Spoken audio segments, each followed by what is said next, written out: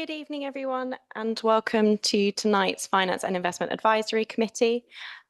We have received apologies of absence from Councillor Thornton, who is being substituted by Councillor MacArthur, and an apology of absence from Councillor Scott, who is being substituted by Councillor Ray.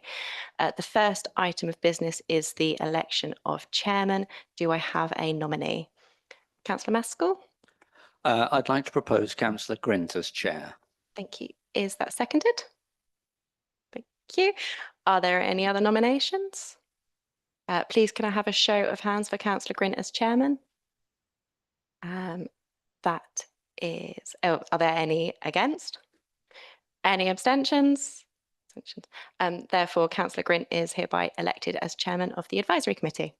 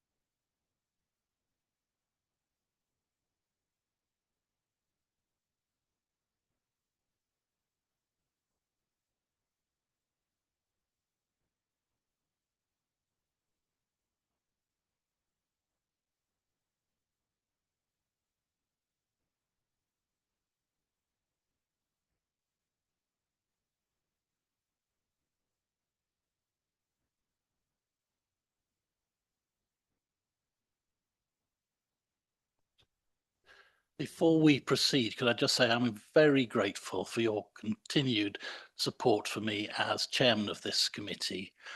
We're very lucky on this committee, although it doesn't happen this evening, but we're very lucky on this committee to have membership of 2 members of cabinet, which I believe shows the importance that cabinet attaches to this particular committee, and they listen very carefully to our deliberations as well as the advice coming out of this committee.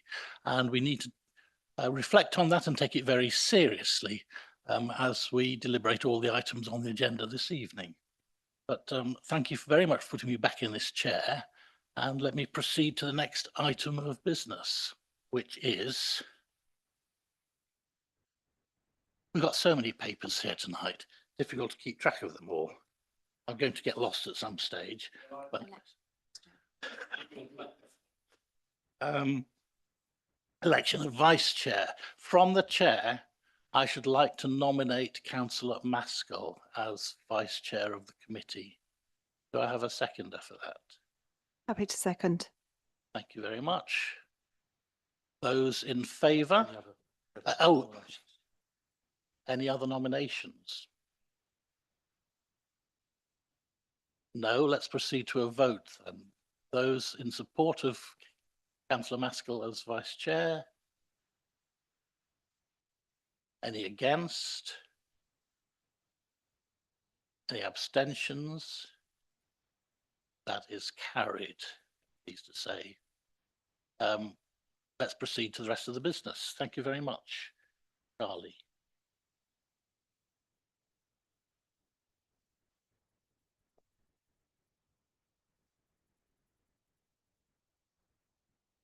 Minutes.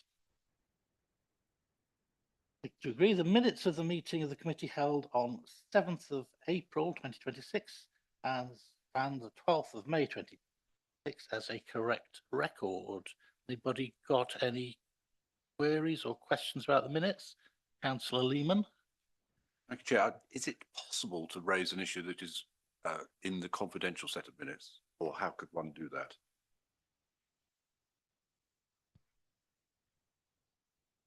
We'd have to go into private session to do that.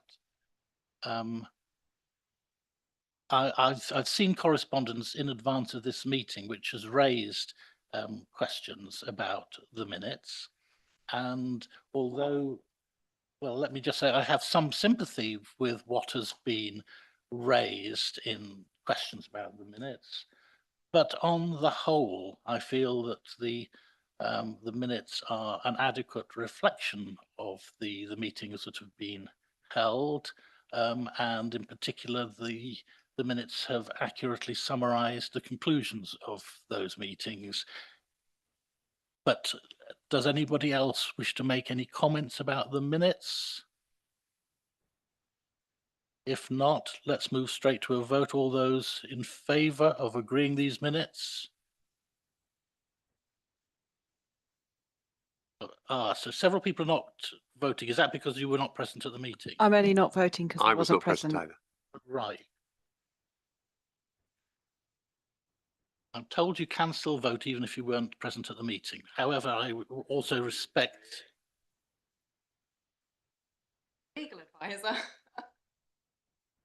Anyway, if you wish to abstain on a vote, I would perfectly well understand that. Anyway, those in favour of approving the minutes, please show. Any against? Any abstaining? Okay, we've got several abstentions, but those minutes are approved. Thank you very much indeed. Let's move swiftly on because we've got some chunky items towards the end of the agenda. Declarations of interest. Are there any declarations of interest which members of the committee wish to make in relation to items on the agenda this evening? Yes, Councillor Ray. Thank you, Chairman. My daughter, myself, and other members of the family have acted fairly regularly on the stage at the Stag, and I have been actively part of the players that perform there. But I have no pecuniary interest in it, just to establish the fact that I have been on that stage a number of times and have a great fondness for it, which I can not deny. Does it affect the way in which you might? It doesn't at all. I come to this with a completely open mind. Thank you, Councillor Ray. Any other declarations of interest? No? Right, thank you very much indeed. Actions from the previous meeting, if any? Adrian. Chairman, just the one, and Jess circulated an email relating to that. Thank you. All content with that? Good. Item 6, update from portfolio holder. Now, we don't have the portfolio holder with us this evening.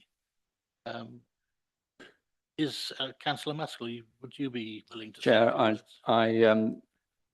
decided that Councillor Thornton would probably be best to provide the update in due course, rather than me being involved at this stage. Fine. We will miss her this evening, but we will look forward to her update at our next meeting of FIAC. Item 7, referrals from Cabinet or the Audit Committee, if any. There are none, Chairman. None. Thank you very much. Item 8, financial monitoring 2025-26 draft outset. Over to you, Jess. Thank you, Chair. This report is the draft outturn for the financial year to March 2026, which shows an unfavourable variance of 161,000. This represents less than 1% of the net budget and is an improvement on the previously reported position to the end of January, which was 188,000. Details of the main variances are set out in the report and are largely as reported previously. It should be noted that the outturn will remain draft until the financial statements have been audited, but this represents the information known at this time. Happy to take any questions, Chair. Councillor Morgan. Thank you. I've just got a couple of points of clarification, I think. One is that on page 11, the first one, the introduction of background, you said the outline is provision, which you just mentioned, until the accounts have been audited, at which time it become a final subject. Question is, given the fact the accounts haven't been signed off by the auditors as such, when will that actually happen? So the deadline for production of the accounts is the 30th of June, and that's when we have to publish our draft accounts. And the auditors are due to sign off our accounts or provide an opinion on our accounts by the end of November. But obviously there are difficulties with the backlog, and we have had a disclaimed opinion previously. Will that mean that because they haven't been signed off before, they can't be signed off until the previous ones have been brought up to be signed off? No, they will work on the accounts that are being produced for 25-26, and we'll review a lot of the work done through that. And this is just really highlighting that anything that they find during their audit may result in. How do they do that if they haven't got a signed off start position? With difficulty. Yes. No. I think that you just want to note that there is that difficulty there until the previous Yes. accounts. Sharon, if I may, the issue is with opening balances, therefore this is in-year transactions as it's in-year monitoring. So you audit those completely. Okay. And the second point I want to raise is under section 0.5D. It talks about the legal costs of the Dartford rural claim, and I just really spotted this. It's probably been around for a while. I don't want to know what this claim is.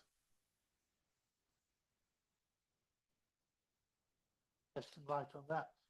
Yes, or Adrian? I can. It is an historical asbestos death claim. The reason it relates to Dartford rural is it relates back to the 1960s, and the area the individual worked was an area that then got transferred into Sevenoaks District Council's area. It's basically an asbestosis claim. Yeah, okay. Any other questions from members of the councillor Stillander? Thank you, Chair. I read in a press release a week or so ago that the council has saved 225,000 via the green bags, I believe, if that number is correct. Sorry if I can't see it in here, but how was that figure calculated and where is it in this? Thank you. I can come in there, Sharon. That was one of the savings built into the budget when blue bags were included. So it's not a saving on the budget now. It was the saving built into the budget process when the bags came in. So it won't show in the monitoring because it was never budgeted to be spent. So, no, when the green bags came in, the budget was reduced because of the saving resulting from those bags, and that materialised. If you're asking why did the saving materialise, because the bags had a longer life than providing the disposable bags that we used to provide before. Right. That's correct. So there's no longer a need to distribute and buy clear and the other bags, and also an increase in recycling resulting from the use of the bags as well. So the 225 is the cost saving of not providing the plastic bags? Largely, yes. Over what time period is that cost saving? Just the time period the green bags have been in use? Yeah. So a couple of years. Thank you. Yes. Thank you for the question, Councillor Stillander. Any other questions or comments? Councillor Morgan. Sorry, there's just one other I spotted I had made a note about. And again, it's probably something that's fairly quickly thought out, but on page 29, when under the tables, where you've got total planning and strategic head and commercial property, which is there is a section here which is also about administrative expenses for strategic property. What strategic property are we talking about here? What's property is strategic? That would relate to the strategic property team, which includes Detlev and his team. Sorry, can you say it again? That would relate to the strategic property, which would include Detlev and his team. So it's the team. Oh, it's the team cost for Detlev, is it? Okay, at least I know what he's worth. Thank you. Thank you. Any other questions? If not, then let us move to the recommendation. The recommendation before us is note the report and forward any comments to Cabinet. I don't think we've identified any comments to pass on to Cabinet, but all those in favour of noting the report? The report is duly noted. Thank you very much indeed, all of you. Next item is the financial performance indicators for 25-26 to the end of March 26. Over to you again, Jess. Thank you, Chair. This report represents key internally set performance indicators which relate to the financial aspect of the council and are those also reported to the Scrutiny Committee. They represent the year to March 2026. There's one indicator that is outside of the range, and that indicator is the average number of days to process a change in circumstances for housing benefit. Although this is a challenging target, work is continuing on performance and training in this area to enable this target to be met. And that was picked up as part of the last meeting, I think, but there is still work ongoing. So we're hoping that that target will be met by the team going forward. Thank you, Chair. Happy to take any questions. Thank you, Jess. I think it's, we have discussed this at previous meetings, and we did raise the idea of possibly changing the target so that it's more in line with what we're actually achieving, but that has been rejected as a way forward. Correct? Yes, so the lead officer for this feels, although it is challenging, that it's not desirable to make the target more achievable, rather to improve performance. Okay, thank you very much. Any other questions from members about the performance indicators?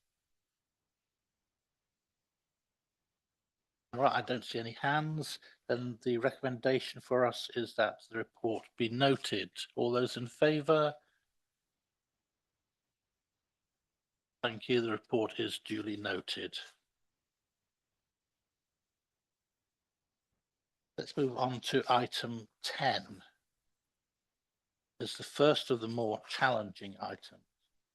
And the Oxford Road Solar Farm update. Can I ask Detlef to introduce this item, please? Yes, thank you, Chairman. Good evening, councillors. Last year, Cabinet approved the letting of the former Oxford Road refuse site to a solar company. The power to be generated would principally supply South Eastern Water's Crampton Road plant. With recent regulatory changes, our ability to enter into a power purchase agreement is limited, and we are therefore proposing to now enter into a long lease on commercial terms with an option to amend the lease should the regulatory framework change in the future. The previous value was derived from two different components. One was the lease value, and the second element was from the purchase power agreement, which would result in the council obtaining energy at a significantly lower value and at much cheaper than what it is currently purchasing energy at. The draft heads of terms, which are subject to further negotiations, are now included in the exempt appendix under Appendix B. Thank you, Chairman, and happy to answer any further questions. Thank you very much, Detlef. Before we go into discussion, could I draw to members' attention that this item has got gold papers, and if you're wishing to refer to any item in gold papers, please let me know beforehand so that we can move into closed session. But with that warning, can I ask members to raise any questions? Councillor Ball. Yeah, sorry, I'm relatively new on this committee, so I hope this hasn't been mentioned before, and it's possibly something that it may just be my ignorance rather than anything else, but just something I'd like clarified. For paragraph 1, it says, right, the lease to ESL, etc., was granted. Then in paragraph 12, it says that the investor behind the solar project would be disqualified from making license exempt supply. Now, I just asked the question, and you can just tell me whether I'm right or wrong. Because the investor, who is presumably one of the signees of the lease, because they are, I'm saying legally unable to, that they're disqualified from making this exempt supply, does this make our contract illegal because of that? I'd just like an answer to that. Detlef. Thank you, Chairman. Thank you, Councillor. The differential over there is that we're entering into a lease agreement. The exempt supply only refers to the ability to transfer energy using either PP4, P441 or P442 code exemptions, as we are not proposing to enter into an agreement that requires them to provide us with energy under the P441 or P442. That exemption does not apply, and therefore they are able to enter into the agreement. That sounds fine. Thank you. Thank you, Detlev. Any other questions or issues? Councillor Lehman. Thank you. It's been quite a while since this first came up, so I'm sort of wondering why it's taken a year to get to this point. And in that spirit of wanting to get on with it, I couldn't find a timeline for delivery on this project, which would be interesting to know. Thank you, Chairman. Thank you, Councillor. The rationale, the reason for why it's taken such a long time is that the legal agreements needed to be entered into that we had previously. And when the changes to the regulations, we became aware of those earlier this year, we tried to obtain further information because we were not prepared to enter into an agreement that would not provide us with the necessary fallback positions in terms of either power or a commercial rent. The new legislation the new regulations only kicked in, if I recall correctly, around about March. And as a result, we needed to reconsider what the implications of the regulatory changes were, which required us to obtain external advice as well, and also to find ways of renegotiating and reconsidering if there was any opportunity for the council to obtain energy at a reduced rate and at that renewable energy. Unfortunately, the restrictions that were imposed in terms of by government meant that the investor, the developer of this particular scheme, would not be able to deliver more than 5 megawatts. We've then been looking with them to see if there were alternative opportunities to do so, but unfortunately, it became apparent that it would be best to simply proceed with a straightforward commercial lease, which is currently being negotiated. And then in addition to that, recognizing the issues that the industry is currently facing, or the energy sector is currently facing, that there may be an opportunity at a later date that P441 and P442 restrictions might be lifted to try and determine a way of re-including that option into the agreement. So it also takes a while to get these reports to these various committees. So hence the reason why there is such a long leading period or period between the two reports. I mean, Councillor Lehman is quite right in saying that it is a while since we last considered this, but we have, by memory, my memory serves me correctly, I think we've discussed this at least twice in the past before giving our support to the recommendation to enter into these arrangements with the developer. And are you concerned, Detlev, that this change in the regulatory environment puts a fundamental spoke in the wheel of this whole proposal? It impacts the second element of the previously negotiated agreement, which was around the power purchase agreement, whereby the council would be able to acquire energy at a significantly reduced rate, which was renewable energy. So as a result of these regulatory changes, we're not able to enter into that element of the agreement. As a result, we're now renegotiating the commercial terms because the lease agreement itself, so just the pure element for the use of the land, was significantly discounted because what we had identified was that the value to the council was in the savings that it would achieve by having reduced energy prices, renewable energy prices. So the PPA has now been put to the side with an option, but the remainder of the agreement, we believe we can proceed with, but on commercial terms. So the terms are significantly, the commercial terms are included in Appendix B, which give you an indication as to the type of terms that we are now looking at. Okay, to obtain best value for the authority. thank you. Councillor Lehman. And is there a target delivery date for this? Both parties are hoping to complete this as quickly as possible. It is subject to negotiation. We know that at the moment we have employed an external agent to assist us in the negotiations with the developer, and but they are very keen to complete this because they also have a regulatory imperative to decarbonize the Southeastern Waters plant, and that needs to be undertaken by 2030. In addition to that, they would then need to put in all their planning applications as well. So they are hoping to achieve this this year. So in terms of the lease agreement, or have an agreement in place within the next couple of months. Thank you, Detlev. Does that answer your questions, Councillor Lehman? Are there any other questions or comments from Councillor Ball? We're still on item 10. Now, I realise that the head of terms is yellow pages. Yes. It's actually a very basic question to ask, but I don't know if this would be considered as confidential, but it does refer to a clause on there. Am I allowed to mention it? Not without going into closed session, Councillor Ball. Is it important that you quote directly from the gold papers? I can try to without it if you like. Yes, please. Basically, it's a very simple question. Being an ex-insurance person, I normally just light up on anything that's that may be insurance, on there. And I'm sure in most agreements there is an agreement that you're obliged to insure it, which you would expect of any contract of any size for something to be there.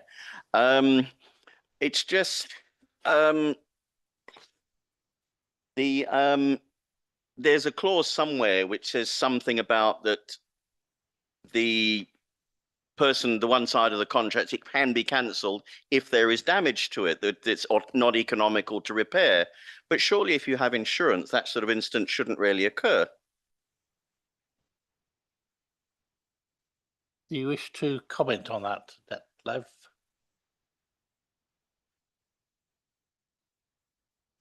Yes, that is in relation to the break clause, and that is in the event that it is not economically viable to repair or reinstate those particular items. So the solar arrays, if there is a particular reason that the break clause can be exercised, but that does kick in other elements in terms of notices having to be granted, and then in addition to that, it also allows further down on page 61 under the dilapidations and also the restoration and decommissioning fund, which then kicks in as well. And the agreement would then tie the two together. Okay, thank you very much, Detlev. Does that answer your question, Councillor Ball? Not entirely. I'm just trying to remember an instance where something wouldn't be covered that would need to kick in. That's all. I imagine, Detlev, this is in the event of something catastrophic happening. I'm going to ask if David has got any comment on this, because this comes out from the legal agreements. Thank you, Mr. Chairman. The point I would highlight is perhaps the latter point that Detlev was making, just regarding the question of the restoration fund. The assets in question aren't ones that we as a council are placing on there. So the question of insurance is less directly important for us. Our importance is ensuring that anything that has affected the land can be appropriately remedied at the end. And so that's why the legal terms make provision for a fund to allow the remedy of the site at the end. Thank you very much, David. Are there any other questions or comments from members of the committee? If not, the recommendation before us is that we endorse the recommendation in this report to Cabinet. All those in favour? Thank you very much. That is carried. Thank you. Moving on to agenda item 11, community asset transfer, the Stag, Sevenoaks. So Detlev, are you going to speak on this as well? Yes, thank you, Chairman. Following FIAC's and Cabinet's decision last year to reject officers' recommendations to grant a long-term lease to Sevenoaks Town Council, further work was requested and undertaken. In particular, officers were requested to undertake further valuation work to determine freehold disposal of the asset. Further legal due diligence was needed, and that was undertaken to ensure that the council did not contravene any subsidy control regulations in particular. The external auditors have also provided guidance on the disposal of the asset, and these are also included in the report. In light of the additional information received, the business case, and having reviewed those, both also in terms of the valuation and the respective valuations, and also the comments made by the external auditors, officers are recommending the asset is either disposed of at existing use value or a 30-year lease is granted. Thank you, Chairman. Thank you very much, Detlev. Committee members will be aware we've had a considerable amount of gold paper information in relation to this item, including some which has just been distributed today. So again, if you intend to refer to anything on gold papers, please indicate before you speak and we can deal appropriately with the matter. Having given that as a warning, can comments from the committee, Councillor Lehman. Well, just on that point, I would struggle to see how we can get through this without talking about the two valuation reports which have appeared on gold papers. Do you intend to refer to them? Yes. In that case,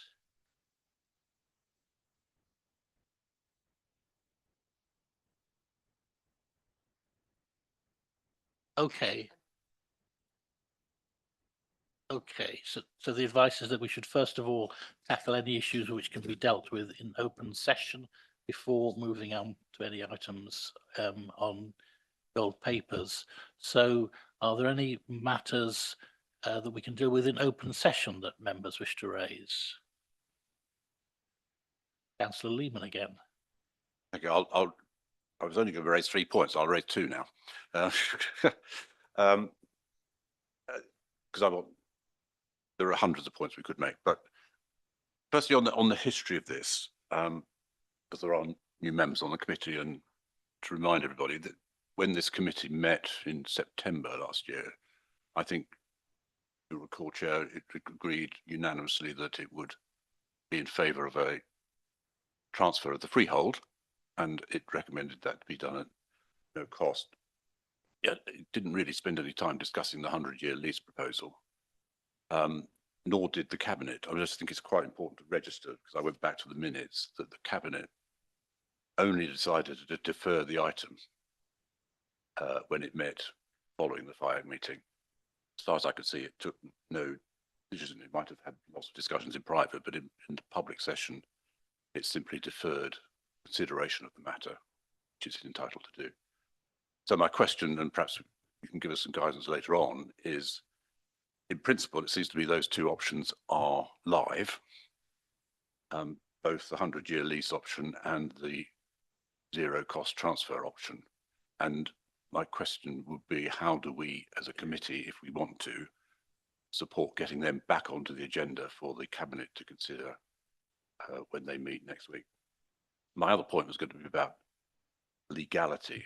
I think this is quite core to the whole discussion, and a very serious one. I was quite surprised that in the press release that went out last week, Councillor Thornton was so categorical that it would be illegal, unlawful for this council to support the zero cost transfer of the freehold. And I'd be interested, unfortunately she's not here, I'd be interested to know why she thinks it is so clearly that is the case. I picked this up a couple of months ago when it was this contention started appearing in council papers, and I wrote to the monitoring officer to say on what basis is that being stated. The reply I got said, yes, it could be unlawful if certain conditions are not met, but if those conditions are met, then it could be lawful. And those conditions are precisely the ones which I mentioned in the Grant Thornton letter, which came around quite recently,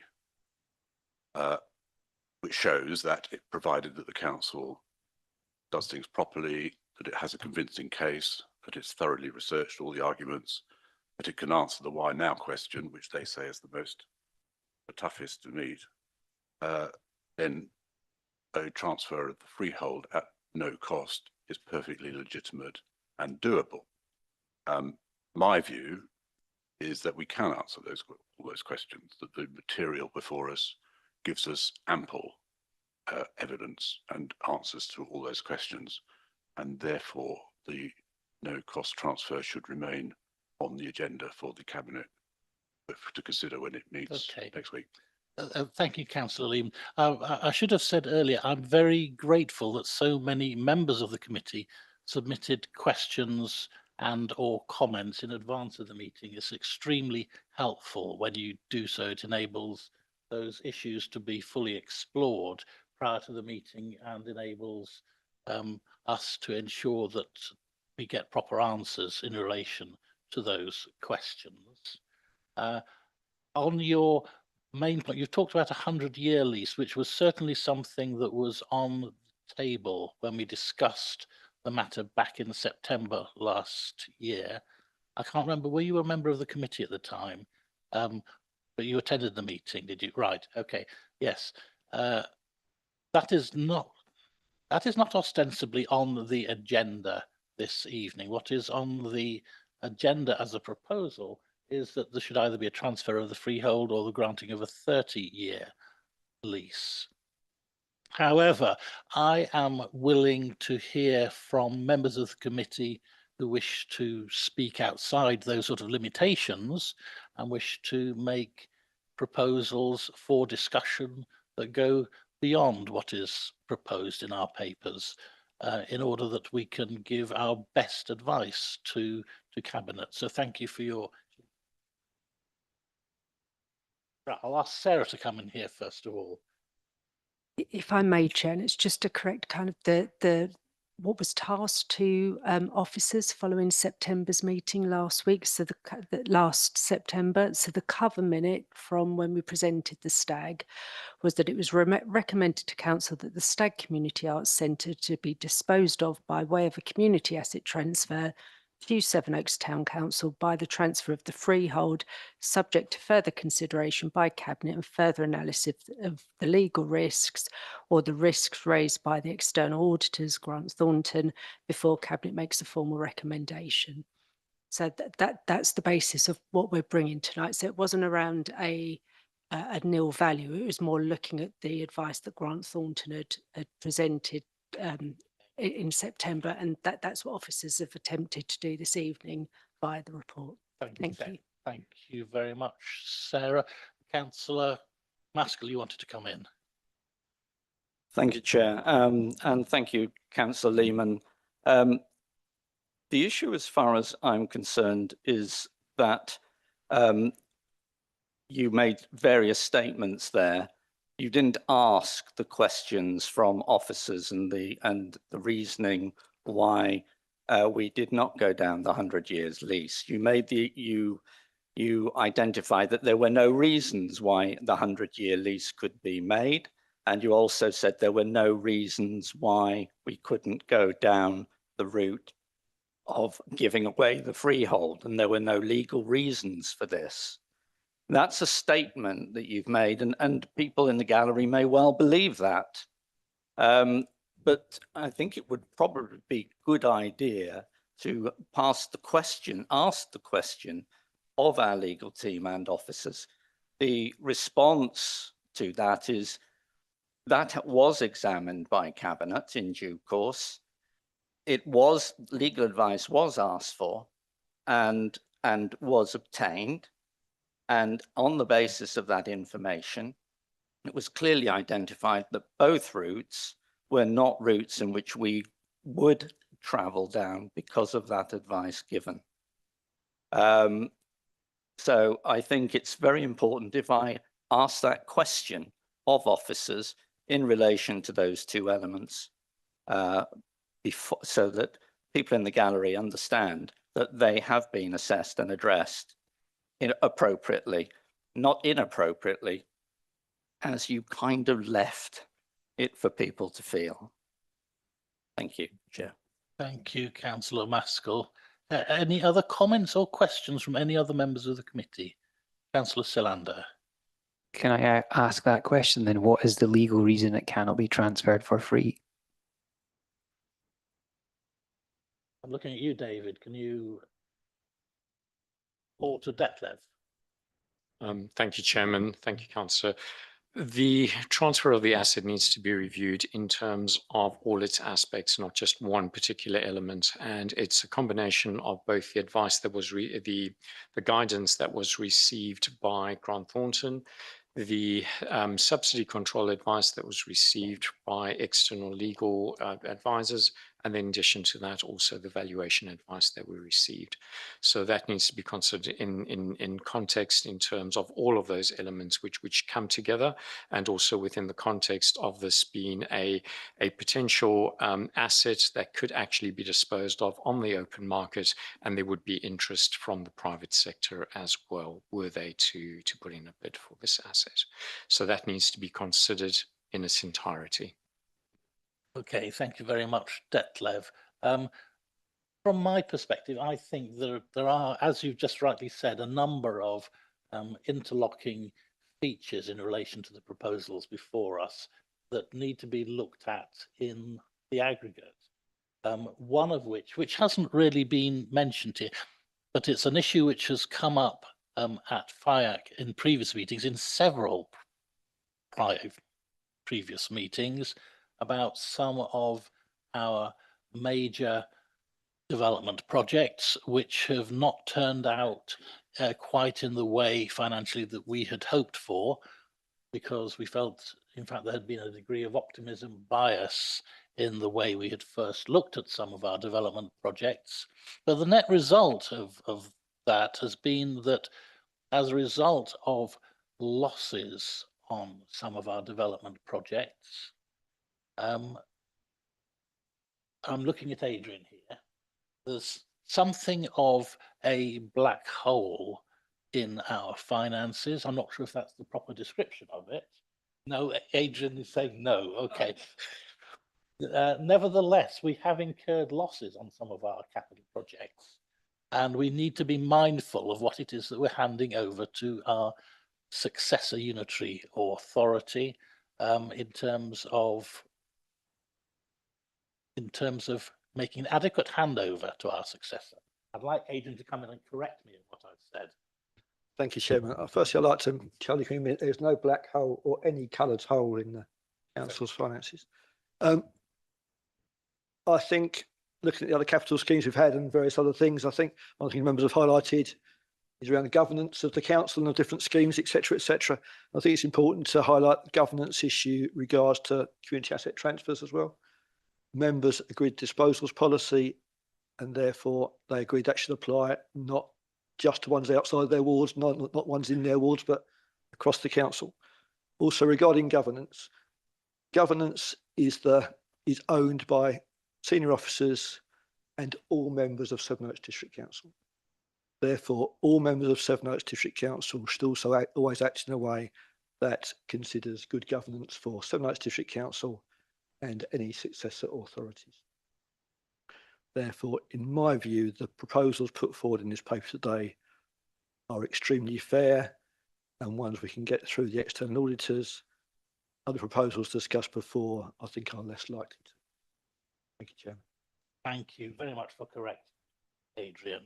I think I'm conscious of the fact that if we look at the Swanley Leisure Centre development, it was anticipated that it was going to be financed in part by receipt from capital receipts from other development projects that were then in train. And we have seen some of those fritter away to less than we were anticipating. Fritter away is probably the wrong word to use, but we have been unsuccessful in raising as much money from other projects as we had anticipated. And I think that's something that we need to bear in mind when we look at the need to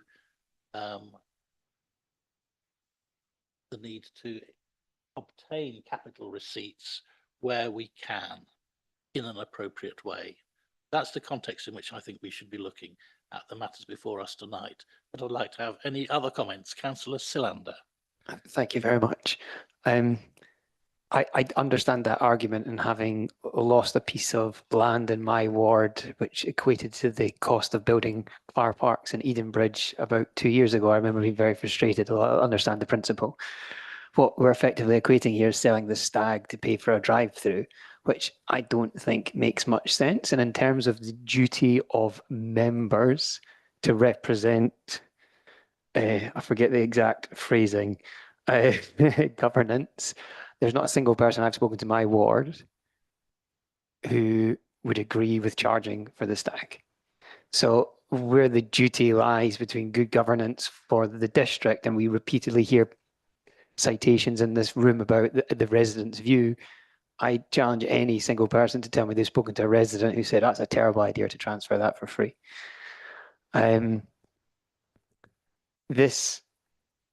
There is, thank you, the officer, for his reply about what is the legal reason for not transferring this for free. That wasn't an answer. There wasn't a reason given. I think there is legal opinion coming, which would be to the contrary, which would be that, yes, it could be transferred for free. And effectively what we have here is a political will decision. It is subjective. It is not factual black and white. So one of the questions I would ask when I'm finished is that if there is good legal opinion that says this could be transferred for free, would the Cabinet take that on board, bearing in mind that we're only an advisory committee? The council, Sevenoaks Town Council, I believe, has spent hundreds of thousands of pounds. I don't know the exact number, but £400,000 or £500,000 plus on running this whilst it's had it in its stewardship, and it's done its stewardship very, very well. The counter to that, to saying on our balance sheet, you know, the valuation of this, market rates, etc., is implying that we would sell it. And every paper and every statement has said, we as a district council will not sell the stag for development. So it is an unfair argument to say with one hand, we will not sell this, but then on the other hand say, but we will take the pretend value hypothetically of if we did sell it, and we'll use that to make calculations, especially when it is a subjective decision like this. The actual cost to SDC, as I see of this, is that the town council get fed up with it, put in a break clause, pass it back to Sevenoaks District Council, and then we've got the decision to make about whether we continue to subsidise it and pay hundreds of thousands of pounds to run it, or choose to break with the black and white writing in the document that says it will not be sold for development. So on that basis, where the actual decision is hundreds of thousands of pounds in running costs, or transferring it to free for another organisation, which is resident owned, led, whatever the word might be, it's a much simpler decision in my eyes. That actually that freehold being transferred for free makes good sense for the governance of the district council and for the residents here. Thank you. Thank you, Councillor. Yes, Adrian. Thanks. So I think it's worth reminding members that this is not the only option on the table. There's also the 30-year lease option, which is no direct cost to Sevenoaks Town Council, and that has been done to various other theatres across the country. And also there's a do nothing option. There's still 9 years left on the lease, and that continues as is. They are the 650 is not the only thing on the table. It's worth members remembering that. Thank you, Chairman. Thank you, Adrian. I'll just make a quick comment. In relation to community asset transfers, there are 2 key issues to be resolved. And the first of those is, who is the appropriate holder and operator of the asset in question? And once that has been resolved, or if the implication of that is that an asset ought to be transferred to a new ownership, then the question is, at what value should that transfer take place? I think the paper before us this evening makes it quite clear that the District Council believes that the appropriate place for this asset to reside is with the Town Council from an operational point of view. As Councillor Silander says, the Town Council has done a very good job over the last 10 or 15 years in managing the asset of the Stag for the effective support of community arts. So we can't disagree with that at all. And we can wholeheartedly agree that the issue of where the asset should reside has been resolved, and it's resolved in favour of the Town Council, which leaves the only issue, therefore, to resolve as being at what value should the asset be transferred and in what manner it should be transferred to the Town Council. So I'd like to use that issue as the basis for our discussions this evening. Now, several people have raised their hands. I'll go with Councillor Morgan first. Thank you very much. I'm really going to. The point I think I want to make here is it comes from one of the responses that Adrian made to the letters from the questions by Councillor Solander on behalf of Councillor Thornton. And that is that additional borrowing will be required for other capital schemes which may result in additional revenue. And my concern with this is that the 650,000 has come at a time when possibly we are looking for things, as you mentioned, not a black hole, but maybe strictures on our resources. Consequently, it looks to me that this 650 is not so much coming out of valuation as coming out as seen as a source of filling a hole or not a hole. I don't like black holes, as Adrian mentioned. I think, but certainly covering to help bolster up the finances of the council, and that's why it's being seized on as a good source of revenue.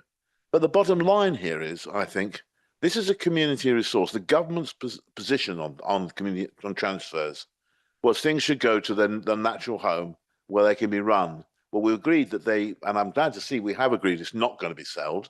It is going to be run as a theatre, whatever happens. It should be we agreed that obviously that Sevenoaks is the best place to run it. Now, Sevenoaks has spent a lot of money on that thing, and it's money that their residents have already paid for. What we're saying here is that money the residents have also paid into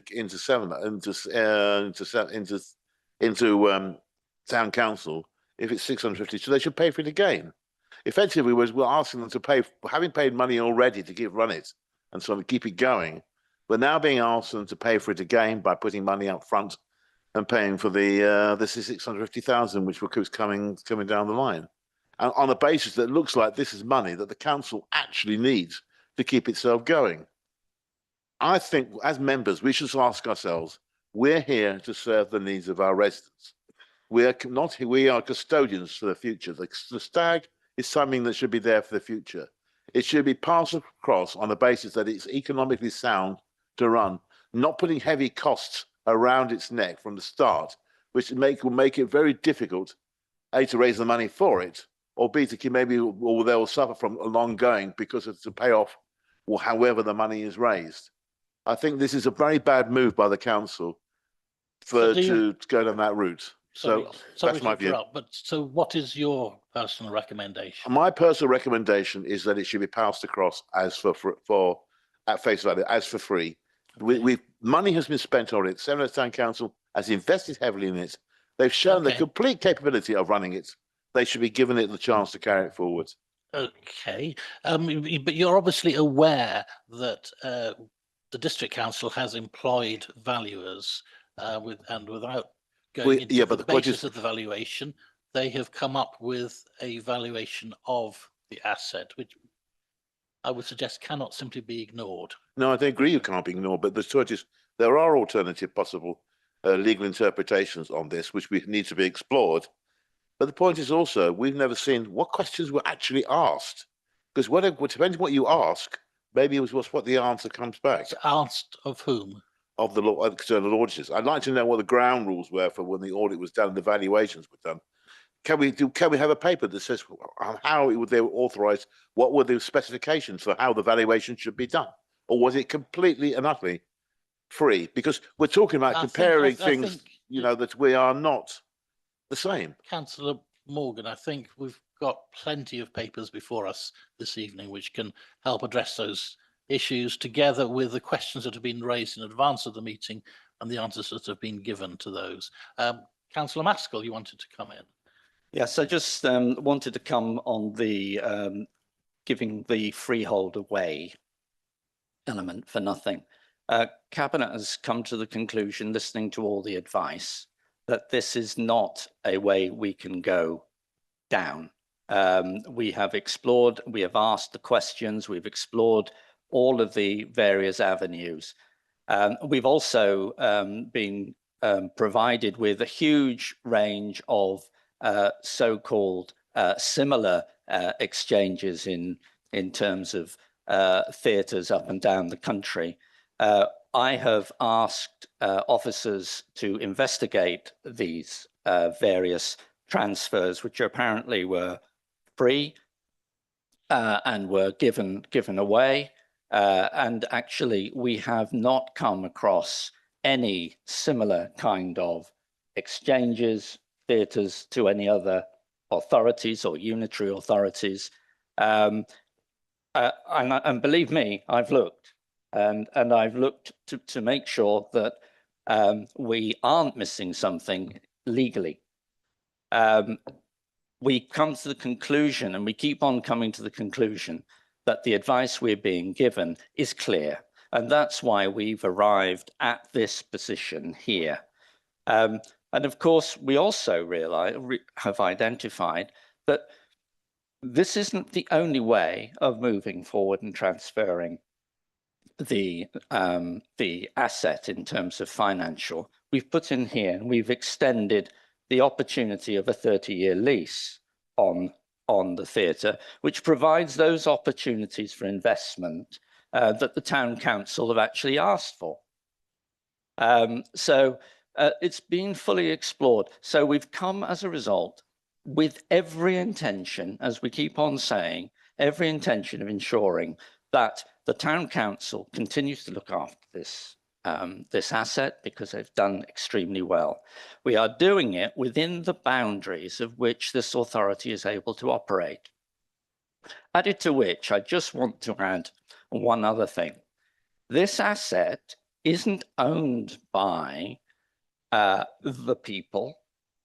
This asset is owned legally by Sevenoaks District Council, and it has a legal obligation to look after that asset and to use it and utilize it in the way that it's legally bound to. And I think people ought to take that very much into account. And that is the reality. And I think we ought to deal with the realities of what we're faced with and what the difficulties we have, rather than, and I perfectly understand, giving, it's ideologically a lovely idea to give this asset to the people, for the people, to do what they would like with it. But we are bound by legal issues as an authority that is in control of this asset. That is the reality. And I think we ought to move forward on that basis. Thank you very much, Councillor Maskell. Councillor Ball is dying to come in. Thank you. You kind of missed me out. You went down to Councillor Maskell, so I feel very left out and ignored. But it's all right. You can all thank you for your sympathy. I do appreciate that. Incidentally, just one small point of information, Mr. Chairman. When you were talking about the Swanley site, just in addition to that, I think one of the reasons as well, yes, I think they were going to put up less houses to actually, what they were originally going to. But secondly, I think there was some asbestosis found there as well, which also related to that and meant that we made a loss on it rather than not. What I'm looking at the moment, we've been talking about governance. And to me, governance is, what would I do if it were my asset? Would I give it away? And I have to say, the prudent person wouldn't. You would say, right, it's mine. Why should I give it away? My family can have it, whatever, whatever. I just think a prudent person would think twice about giving it away.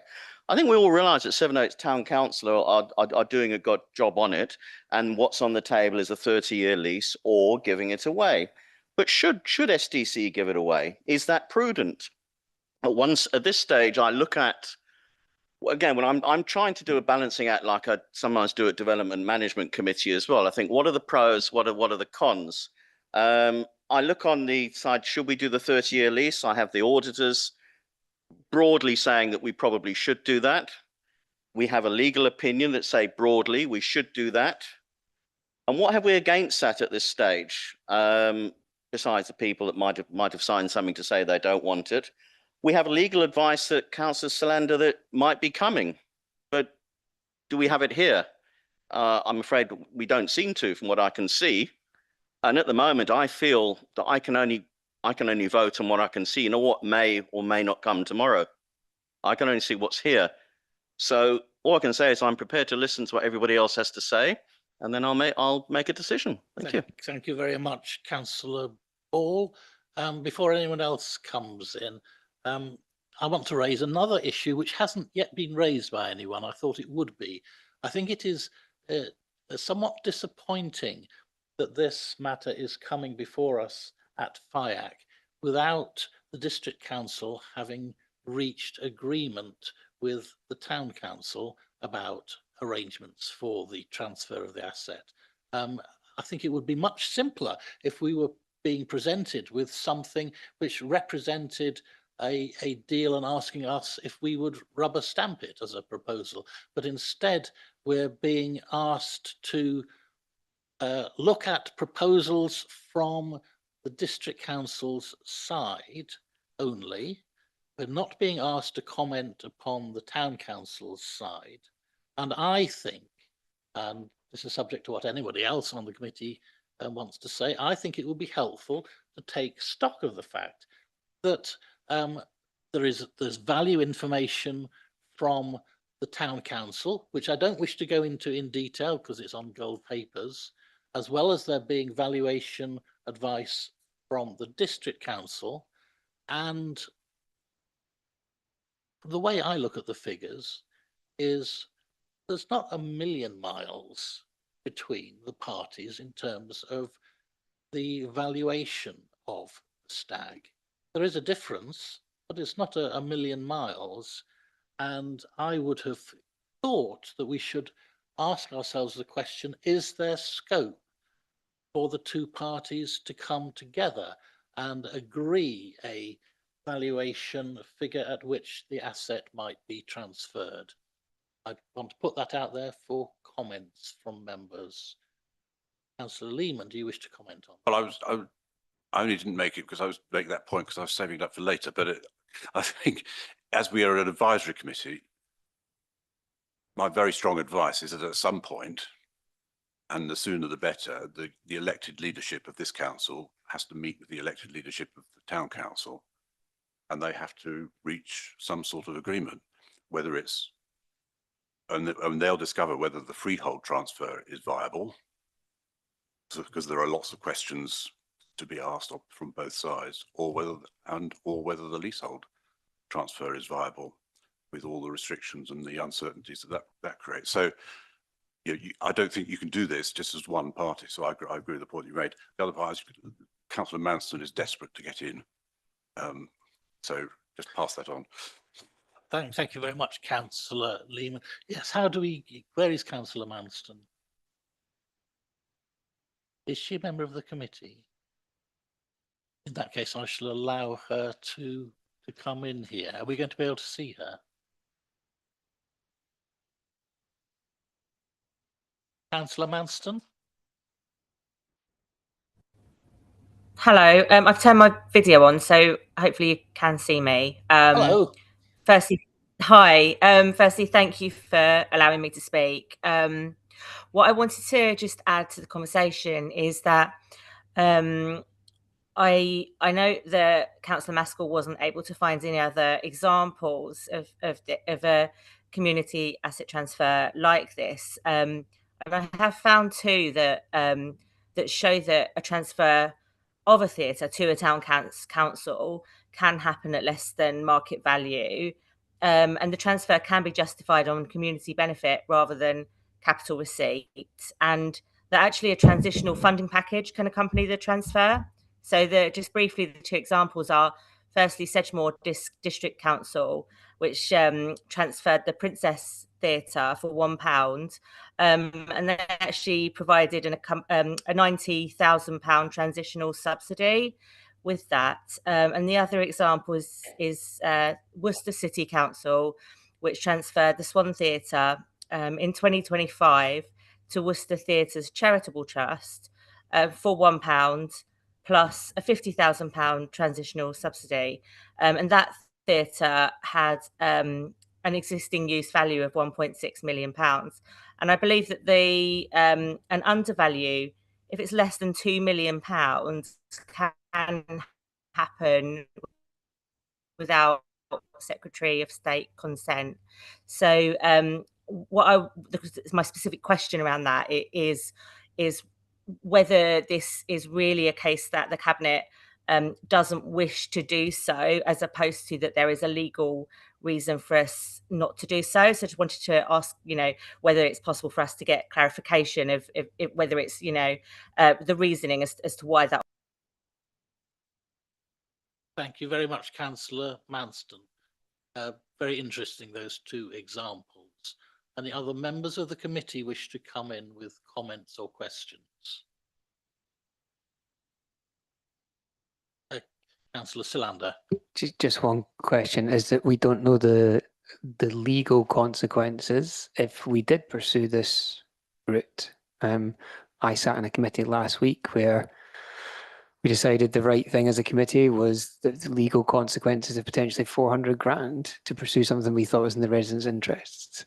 We don't know, sitting here just now, what the potential legal consequences of this are. Okay, Councillor Ray. Thank you, Chairman. Can I just ask Councillor Slander whether he's referring to our DMC meeting of the previous week? I don't recall there being an asset transfer in that. That was simply a question of having a look at the potential ramifications of what might happen in the event of. This isn't really quite the same. I think you're trying to compare apples with pears, if I'm honest.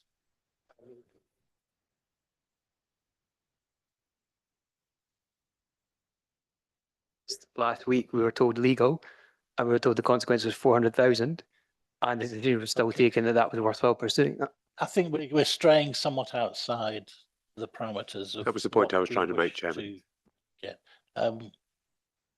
I want to say something first, Councillor Maskell, and then I'll come back to you. And I've noticed you've got your hand up there, Councillor Clayton. You can put your hand down. I think we ought, this is giving my view, and this is a very dangerous thing to do because I'm not sure whether I actually get any support for this, but my view is that we should ask Cabinet whether they think there is room for them to reach an acceptable position, a position which is acceptable both to the District Council and to Sevenoaks Town Council. And if they can reach such a mutually agreeable position, we would encourage them to do so. And that would be my personal recommendation. Does that have any support? There's loads of people saying the assets should be transferred for nil value, but I don't see that that's going to be a runner, frankly. I don't see the Cabinet agreeing to transfer the freehold for nil value. And so if we're going to deal in the realms of what is actually realistic, I'm asking whether Cabinet considers, or we should ask Cabinet to consider the question of whether they think they have some flexibility over the issue of valuation, which would enable them to reach an agreement with the Town Council. Yes. Yes, yes. Thank you, Chair. So based on that, and I suppose the discussion that's happened so far, I think it's worth reiterating my view as the council Section 151 officer.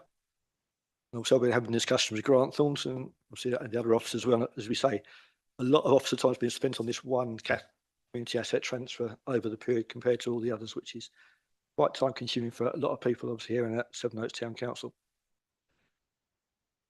I think I go back to my point around members here should be here to represent Sevenoaks District Council and the best interests of Sevenoaks District Council. Sevenoaks District Council did not raise this as a potential community asset transfer. Sevenoaks Town Council did. Therefore, Sevenoaks District Council is not obliged to do anything, hence the option. One option is do nothing, and it continues as is. Members of this council should, as we mentioned in other reports that come to this committee in the wider aspect, should look at the holistic view of certain things and the full impact on the council and how the council operates. My view is, as I put in the report and tallies with the Grant Thornton advice, any transfer that takes place should be on a clear and transparent basis, and we should be able to sleep at night thinking it's been the right decision for Sevenoaks District Council. Assets are assets, they have a value, we should not just give them away. And I know not mentioned tonight specifically around the reason why it should be transferred for free, but at previous meetings it's mentioned that any transaction between councils should be for nil value. And therefore I refer to paragraph 70 of the report, which relates to land linked to Quakers Hall Lane allotments, which was an historical agreement back in 1974 or whatever it was, and Sevenoaks District Council paid Sevenoaks Town Council an annual annuity for that, and Sevenoaks Town Council asked for that to be paid off in one lump. Sevenoaks District Council agreed to that, and £351,000 was transferred. I wouldn't expect it not to be. So I think that's the point. And again, leading on to that, could that money have been put aside for this purpose is another question. Thank you, Chairman. Sorry, I didn't understand your last point. Money set aside for £351,000 was passed to Sevenoaks Town Council. Could they have put that money aside to allow this transfer to happen, contribute to the, say, £650,000? Thank you very much, Adrian. That's very helpful. I'm going to exceptionally allow Councillor Clayton to come in here. He's been desperate to make some point. Thank you very much, Chairman. I'd just like to comment, first of all, on the suggestion that's been made by Adrian. The Quakers Hall allotment restitution was not a transfer, was not a voluntary transfer of any sort. What happened at the inception of this district council was that the district council took improperly allotment land which should have been allocated to the town council and built Kennedy Gardens on it. And the town council took legal action to recover the money. And the settlement reached was, I think it was £29,000 a year for 60 years, which has just been paid off effectively as a lump sum before this council is dissolved. There was no voluntary agreement, really. But it was, it has been used by Sevenoaks Town Council as restitution for the loss of green space, which was lost by the original improper building on allotment land. Just clear that up. It's not there for any other purpose. It has always been used, that money. Thank you very much, But Councillor. can I just come on to the other points, yes, please, which I've been trying to make I do earlier not on? wish to go back to historical events. No, but it's important not to misappropriate history, please.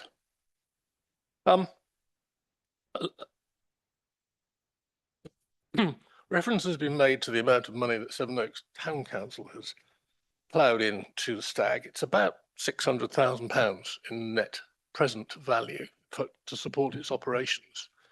But that pales into insignificance behind the contribution made by residents in terms of voluntary labour, volunteer input to stag, which amounts over the years to something like £1.3 million. That is the time, skill and support from residents of the town and the surrounding villages, which have made stag fly. None of that is reflected in the valuations that have been made by Colliers. There is nothing in there to reflect that at all. If that £60,000 a year were not in place in terms of free labour, the stag would have made a loss in every single year. Okay. Now the valuation issue, I was pretty horrified to hear Detlev refer to the possibility of disposal of stag in order to fill holes in the council's capital budget. But I think it's important to recognise that the market value which is being quoted in these papers is a market value. It's a commercial market value with restrictions on use. But there's no real undervalue. And I think you need to recognise that any transfer based on market value will destroy the business model of the Stag Community Arts Centre charity, which is a not-for-profit organisation. The Stag cannot borrow. The Stag cannot pay a significant amount of rent. And that has been recognised by this council for at least 20 years. And I'm just a bit horrified that in this whole conversation, we are throwing out of the window the policy to do with support for the Stag, which has been developed over a very long period. And it's been developed, I think, as people have said, very successfully, that the building is let to the town council for a peppercorn rent, and the town council, through its charity, operates it as effectively a voluntary organisation. It's just worth, I'm a bit horrified too that no real mention has been made in any of the papers for this committee or for Cabinet of the Sevenoaks Town Council's valuation, which it was required to do as an independent valuation as part of the process. It was, I have to say, based on a much closer set of comparable examples, real regional theatres rather than empty bingo halls.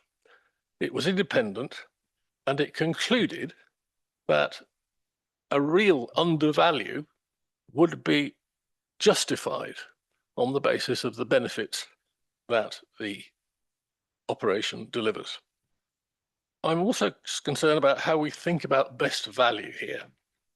When we ought to be thinking about best value for the district. Councillor Clayton, can I ask you to pause at that point? Because I we've just raised want a to lot of points. With one final point.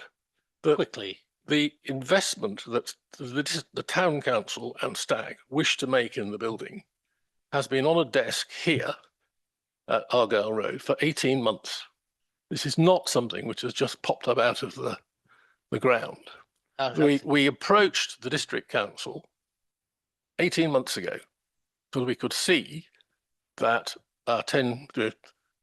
we were within 10 years of the end of the lease, which meant we wouldn't be able to get grants, and the possibility of change of ownership and the demise of the district council made things important. We started this process before the asset transfer process was developed. So I think to say that this is a surprise to anybody is wrong. Yeah. Thank you. Thank you for raising a number of very important and useful points. I think the most important point from my perspective of what you've raised there is that the asset valuation basis that has been used by the district council has been a different valuation basis from that used by the town council. And there can be various reasons for why that is, but that is at heart part of the reason. Oh, okay, Detlev. Yeah, thank you. The valuations that have been included, it's really important to recognize that there have actually been, sorry, I actually want to go back before I go on to the valuations because there are a couple of points that need to be reflected. There have been numerous investments since 1992 into this assets by the district council and also by the town council, and I think it's really important that that is recognized. The use of sweat equity, as was referred to previously, is a very interesting concept and one that one would normally consider as part of social value in terms of recognizing social value. What is really important to recognize here is that the brief is that of how do we value the asset. The value of the asset is based on the legal interest that the council has and the future potential of a legal interest that the council may have. In other words, the freeholder in this particular instance. The valuation approaches that have been adopted by both valuers, and both valuations have been taken into account, and members will remember that when the valuation was put forward, officers pointed out that we had no significant concerns with the valuation that was submitted originally. We were asked to prepare our own independent valuation, which is what we did. The valuation approaches are actually very similar in approach. They are not different. The ranges that are in the separate valuations are actually more or less within the same range. It all comes down to how you value the present value of the interests. The previous valuer, given the time, the passage of time, did it over 9 years. Our valuers did it over 8.5 years to reflect where the valuation is right now. That is the requirement, and that is the requirement under the RICS, the Code of Practice, and in terms of the Global Valuation Standard. The difference also comes down to not only in terms of the time period, in terms of how you establish the present value, but also the yield that has been applied. Now, the comparables that we have in the report are appropriate comparables. The approach that has been adopted is therefore not dissimilar and is actually almost on par with the approach that has been adopted by the Town Council's valuer. Okay. To claim that the comparables are not correct is something slightly different, but they are considered to be appropriate for the valuation exercises and for the comparables that have been included in these reports. Thank you, Chairman. Thank you, Detlev. Can I clarify the valuation basis which has been used? Is that a current use valuation basis? The valuation is based on the valuation basis is based on the income method, which is appropriate for this kind of valuation. And what you then need to do is recognize what the legal interest is and put the values to that legal interest. The range has been given is very clear in both reports, where they very clearly highlight that the alternative use, that the value of the asset is roughly 1.5 million. Both values are more or less on par on that. They then indicated that if you were to take its existing use, you're looking at about £1 million. And that is where when you then start looking at the current interest in terms of the theatre, that in terms of the current operation and the current lease that's in there, the valuation and has then been reduced to take that into account, which comes to the range of 650 in terms of our valuer. And when you look at the valuation that has been prepared by the Town Council, anything between 450 and 750.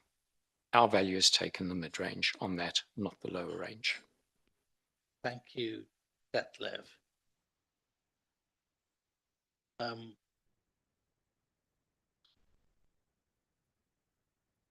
Councillor Harrison, please.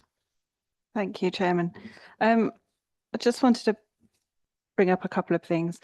I bring a slightly different slant, really. When we're asked as a district council, we're representing the district council. We are also representing the residents of the district, and Sevenoaks Town and many of the other residents in the district use the stag. So it's a community asset.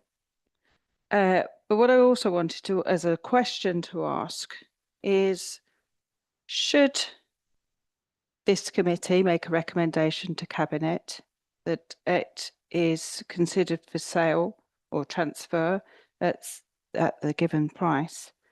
What are the timescales for the district for the Town Council to be able to find that fund? And what if they don't meet those timescales? Thank you for the question. Detlev, do you want to come in there? I'm not able to speak on behalf of the Town Council. Ah, right, okay, but you would be able to speak in terms of what happens if the town council is not able to meet such terms in a given timescale. We have reported as to the three options that are available to the council, as in the district council. So there is the option of either the disposal Okay, or, yeah. Thank you very much. I seem to remember some time back, Councillor Maskell, did you want to come in again? No, right. I think we've nearly covered everything we can, and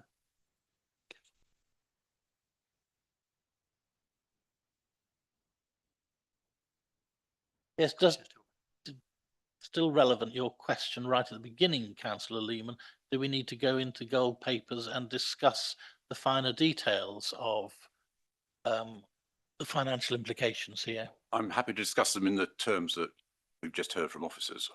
Okay. I mean, it seems to me, I can try to read them both.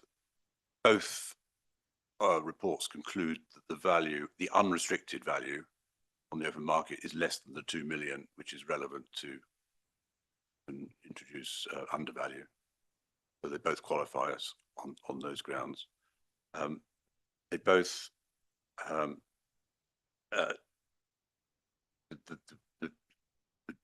the district council's one then says, okay, given that you've got a sitting tenant for the next 8 years, how much does that reduce the value by? That means you've spent a lot of money and you've got no return for 8 years, and you've probably got some costs. It then says, if you put extra restrictions on, that will materially reduce the value further, as I understand it. And on page 94, I think of our documents, there's a long list of requirements that are intended to accompany the sale of the, perhaps not page 94, but somewhere in this document, there's a long list of requirements that are intended to accompany the transfer of the freehold to the town council, which themselves will reduce the value further. I mean, no commercial operator is presumably going to accept an overage clause on their purchase of the stag. So all I'm saying is there's plenty of flexibility there if you want to use it. Councillor Maskell has said the cabinet's already decided certain things, but I think what you're saying is that there's flexibility there if you want to use it, and we need to enable them to do that. Yeah. I'm suggesting that FIAC should put that question to Cabinet as to do they think that there is sufficient flexibility on the asset valuation basis to reach an agreement with the town council that could represent an acceptable position to both the district council and the town council. Now, I'm almost tempted to put that question to Councillor Maskell at the moment, but I don't really wish to put him on the spot. I think that would be very unfair to expect him to answer such a question without notice. So I'll go to Councillor Morgan, but then I think we need to wrap up very soon. Yes, I really want to support actually you, Chairman. I think that there is obviously the two different valuations with two different figures coming through. That ought to be reconciled and as such. And the only way they can do that, I suspect, is by the two parties talking together. I think it's, but from the tone of the discussions we've had, that it's unlikely they would go through on a zero basis. But certainly, I think the 650 is a far too high a figure. So therefore, we need to come to some sort of compromise, and compromise seems to be the way forward here. And it looks to me that it really should be a case down to the leaderships of both the SDC and STC to sit down together and see if compromise can be reached. And I think before it comes to full council, and even before maybe cabinet, that approach should be taken and see what flexibility there is and what discussion in an open-minded way, rather than just go from saying this side or that side, and nothing will move. Because I think that that is not the way forward. We do need compromise here. And we do need to come up with what's best for the residents of Sevenoaks District Council and whole, not just the council body itself and its assets, for the residents, or for all the residents. Thank you very much, Councillor Morgan.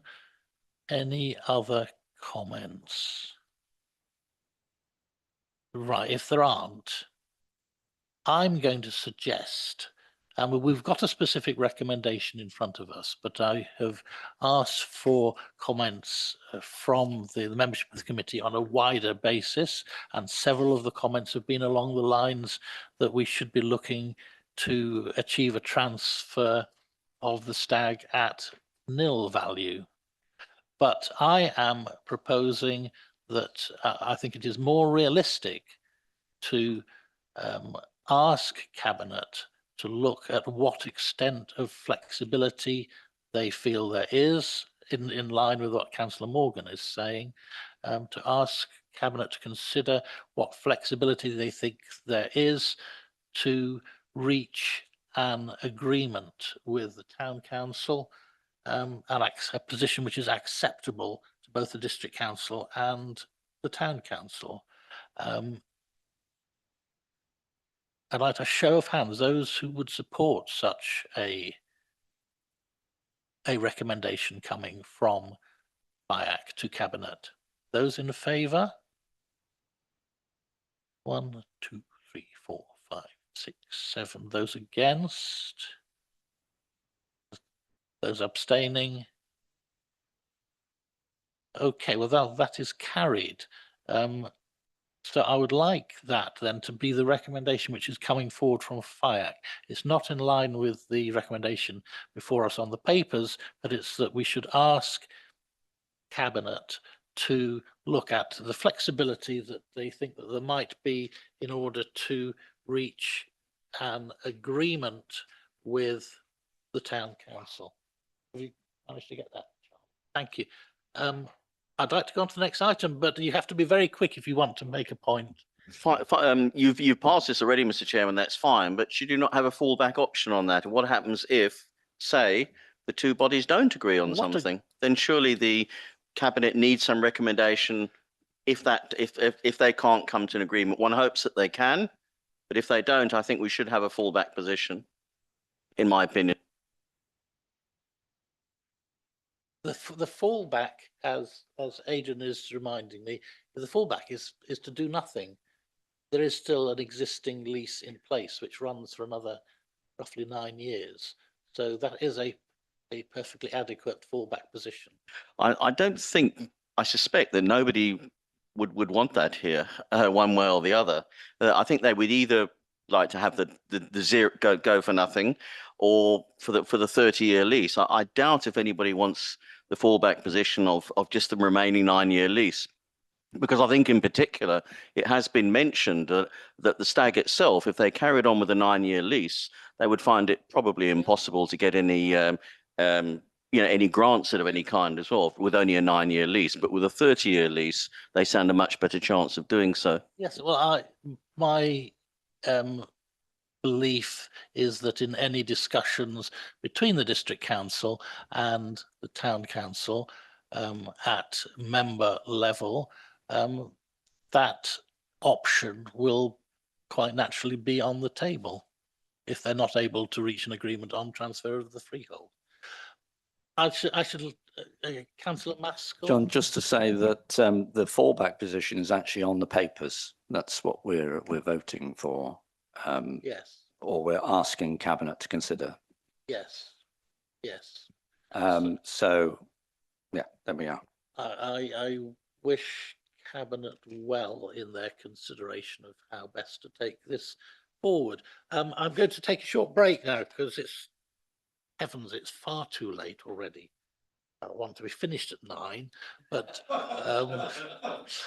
I'll take a break for 5 minutes. We'll reconvene at 18 minutes to 9.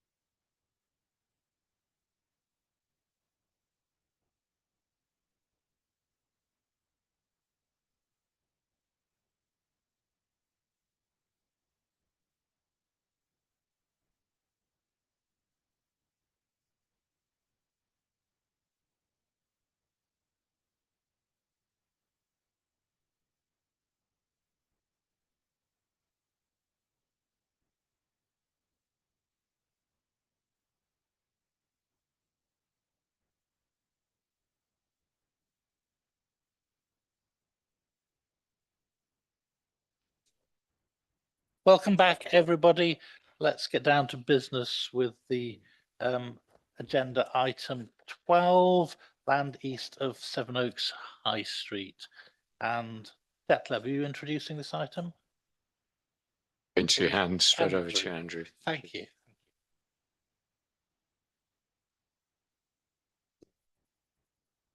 Thank you, Chairman. Before members consider the report and recommendations before us today, I'd like to briefly highlight a number of key points. The report before you represents the culmination of several years of work, including extensive feasibility testing, market engagement, public consultation, professional advice, and a robust procurement process undertaken in accordance with the Procurement Act 2023. Throughout that period, members have received regular updates and been involved at every key stage of the project's development. The objective has remained consistent: to secure the long-term regeneration of land east of the High Street, deliver a modern leisure centre, provide new homes, improve public realm transport and connectivity, and support the long-term vitality and economic success of Sevenoaks Town Centre. It's also important to recognise the position regarding the existing leisure centre. The current facility has reached the end of its design life, with components beginning to fail and increasing investment required simply to keep it operational. Independent surveys have identified over 6 million of refurbishment, maintenance and decarbonisation works based on 2022 costs, with additional expenditure required to address mechanical plant issues and maintain the facility over the coming years. Those costs will have only increased since the surveys were undertaken. Members should therefore recognise that doing nothing is not a cost-free option. Significant expenditure will continue to be required simply to maintain an ageing asset that was not designed to meet modern operational, environmental or customer expectations. Importantly, all three bidders were asked to consider whether refurbishment of the existing leisure centre represented a viable alternative, and all independently concluded it was not the most practical or cost-effective solution. The proposed redevelopment provides an opportunity to replace the ageing facility with a modern, energy-efficient leisure centre designed to meet the needs of residents for decades to come, while also supporting the wider regeneration objectives of the project. Members will be aware that all three final tenders identified a viability challenge. This should not be viewed as a weakness unique to the preferred scheme, but rather as a reflection of the current development market and the significant public infrastructure benefits the council is seeking to deliver. Importantly, through the preferred tender stage, substantial work has been undertaken with the preferred bidder and our professional advisors to identify solutions that demonstrate that a no funding gap position can be achieved at this point in time, whilst also assuring that further safeguards and review mechanisms are built into the development agreement. I would also emphasise that the decision is not an approval of a final design. Should members support the recommendations, the third scheme will continue to evolve through detailed design work, including design review panels, public engagement, planning processes and further viability testing.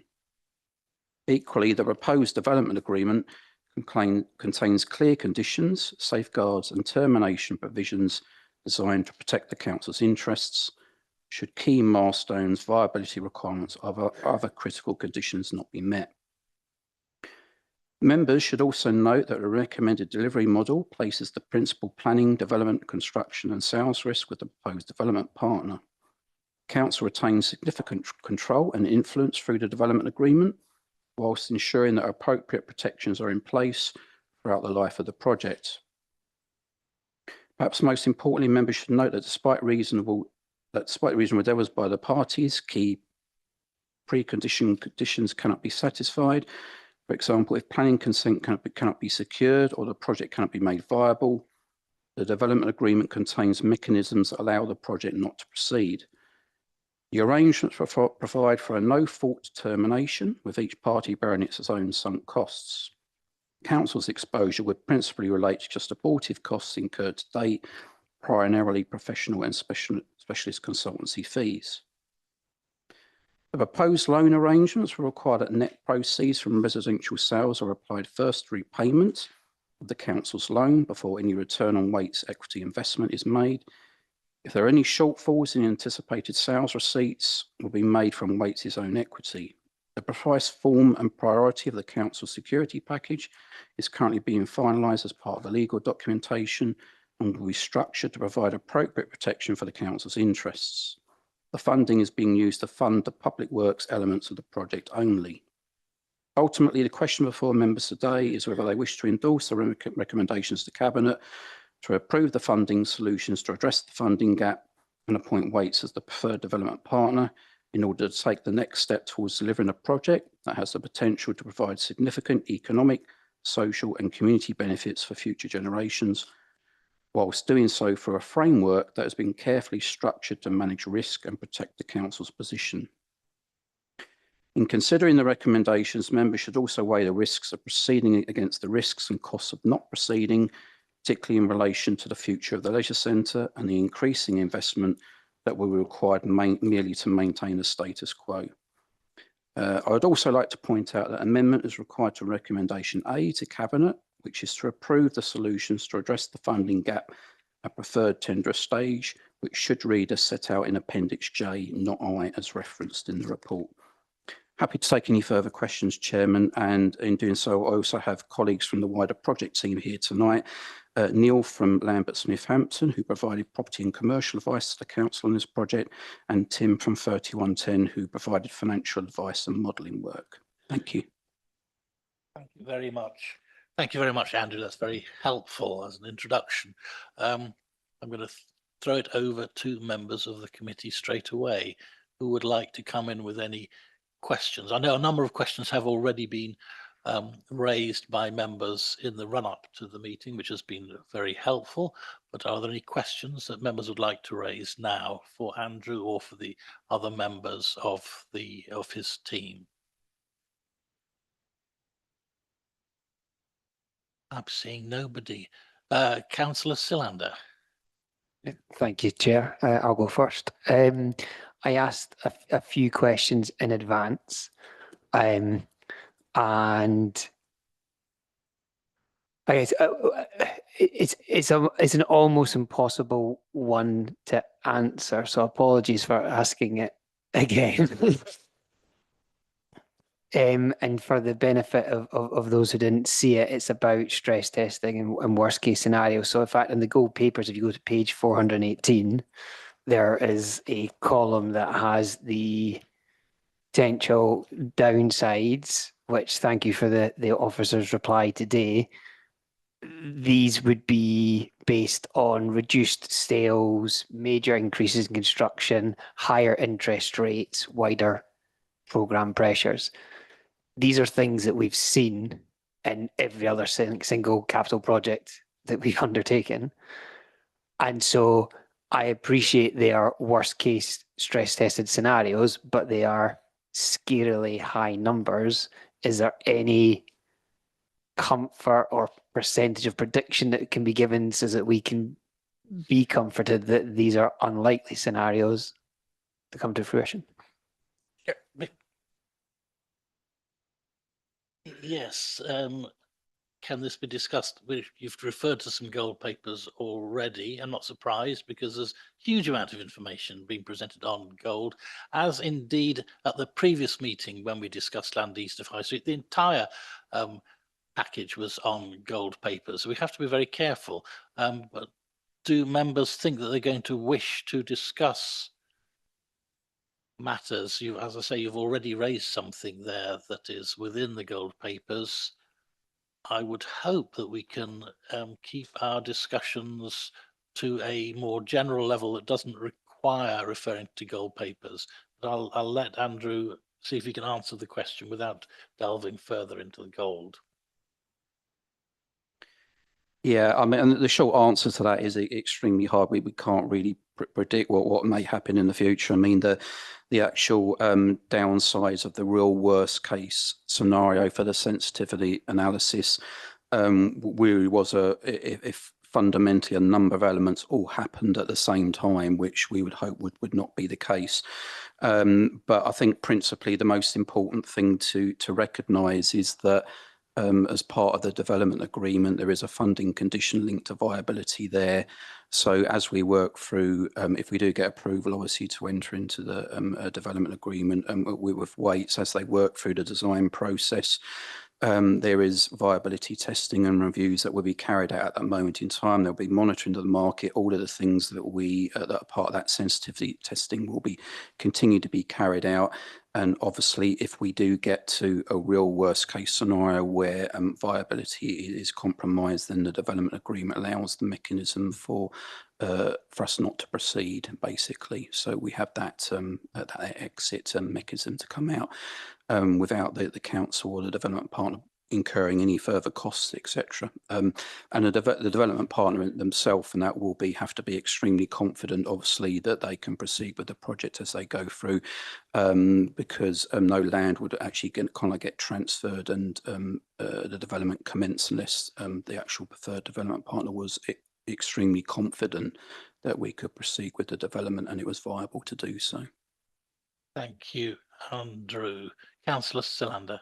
Yeah, thank you for that. As a follow-up, it's the recommendation to Cabinet in C has that we are protected against financial and operational risks throughout the development process.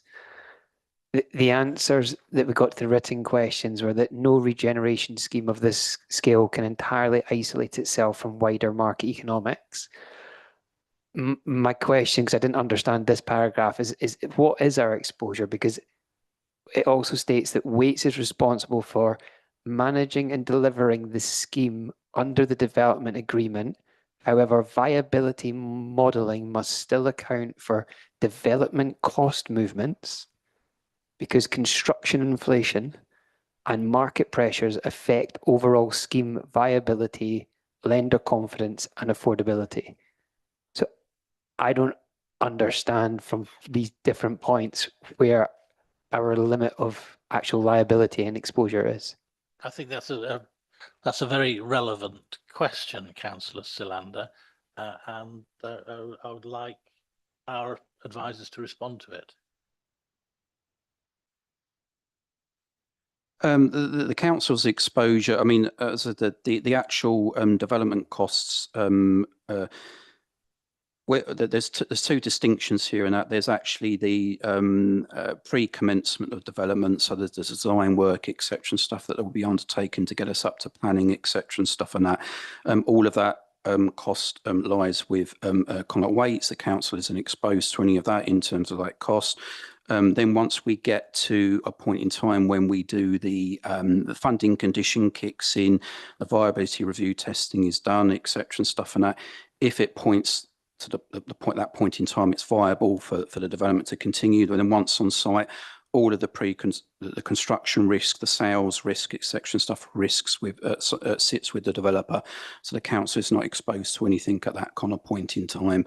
And as I said previously before, the only exposure that the council's got to costs, etc., and stuff and that would be that at the point, say, for example, that we did not proceed with development because it's not viable to do so, then and there's a no fault termination scenario. If both parties' reasonable endeavours can't get to that kind of position, then each party just bear their own sunk costs. And for us, the council's exposure in that regard would be its professional consultancy fees that we would incur to date at that point. I don't know if colleagues want to add anything else. Well, thank you for that, Andrew. But it is surely the case that we will still have exposure to the 40 million loan that we have taken to provide to the development project. And if that is not repaid to us, then we have no means, we or our successor authority will have no means of repaying that loan. So we do have an exposure of 40 million. Is that not correct? We have the well, it's up to 14 million, and again that loan would only be entered into once those viability tests that I spoke about before, and the design review, the review mechanisms built into the DA have been carried out, and then land would only get transferred after that as well, and then that's when there would be phased drawdowns of that particular kind of loan. But in terms of the DA, it's quite explicit and clear that in terms of that the developer is responsible for the repayment of that loan, and it will be through the sales receipts. Or if they don't come through as anticipated, then it falls back to effectively Waits' own equity that would need to be repaying on that. If there was any default on that, then the default positions of the DA would kick in, and the council have step-in rights and various other things that we can do to protect ourselves in that scenario. Thank you. So I take it from what you're saying, what you said so far is that there are appropriate opportunities for the district council to step away from the agreement if the finances appear to be going wrong for the project. That's correct. Yeah. And that's at first, well, that's at various stages, but including planning approval being given or not given, and assessing the viability of the overall project on a regular basis. Okay, do you want to come in here? Want me to go in? I was just going to add on the development agreement, as Andrew, you were saying, there's two distinct phases. There's before a grant of a lease on the site to Waits, and that is at that point viability testing is continuous, and it needs to reach to be a viable scheme to progress. And this is where Waits are spending money on professional services, planning, etc., and the council's not spending any money. The viability condition says that the council is no worse off. So there will be no progression unless the council is in the same position that it was at tender, i.e. now.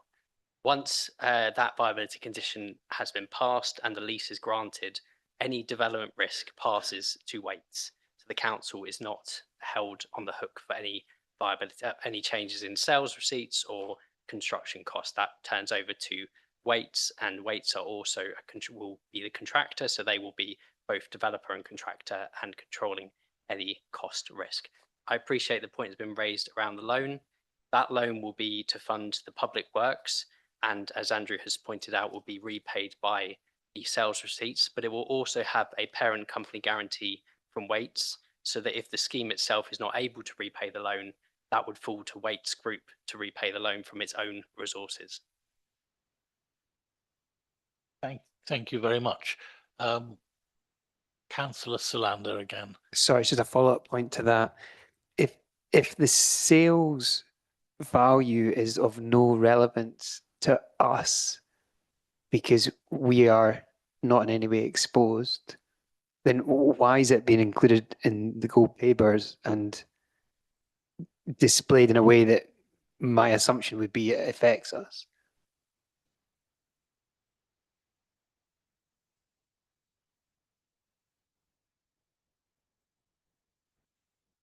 It's been included in there just to give an overall picture of the development, and obviously with respect to actual sales values, that was one particular element that we scrutinised through the evaluation and procurement process in terms of, and the evidence and assumptions that form part of that. So, and it's only prudent that when you're looking at development appraisals, actually do a sensitive analysis that you look at those particular aspects. So we wanted to present a picture of how that would impact if those sales values either decreased or increased on the wider project.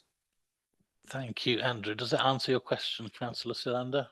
It does based on this discussion, but when I asked in writing about whether this was being factored in, the reply in writing was that the sales values were a potential exposure risk to SDC. And now we're saying that they're not. That's an interesting point, Councillor Solander. My understanding is that it's not actually an exposure point, as has been explained this evening. Other members of the committee, any questions or comments? Councillor Lehman. I'll give a comment if I may. You don't want to go into all the questions that have been floating around today. My own personal view is that the only thing that's worse than not proceeding with this project is proceeding in a way which leaves us with a development which in the end people don't value or appreciate because it's cut back and compromises are made in the interests of viability and so on.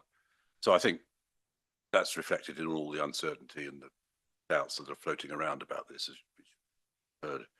Personally, I won't vote for this because I'm not in favour of closing the funding gap by having a gap in leisure provision town. I think we need to look for other ways of doing that. If we have to close the funding gap, I don't think that's an acceptable way of doing it. Personally, I think we're on the brink of having to decide whether we want to go ahead or not. And I guess that the council's decision in July about whether to support the loan or not will be that decision. So my advice to the cabinet, since we're an advisory committee, is if I was them, I'd be holding loads of round tables and workshops with members, go through all aspects of this project, not just the financing, but the design and the purpose of it, and also with local stakeholders to see if we can build consent for it. And finally, it's interesting, isn't it, that the issue about LGR and featuring our successor body only comes up in council papers when we're talking about transfers. I would have thought it's much more relevant to this, and we need to understand much more about the LGR context in which this decision is being taken. Thank you very much, Councillor Lehman. I think that's a very relevant point. I think we're trying to achieve two things with the development agreement. On the one hand, we're trying to ensure that if the financial viability of the scheme, for whatever reason, turns negative, then we have an opportunity to get out of the agreement. But at the same time, we wish to ensure that we leave our successor authority with an agreement for a development plan which they can't easily escape from. We don't want to make it easy for them to back away from the development of Sevenoaks Town Centre.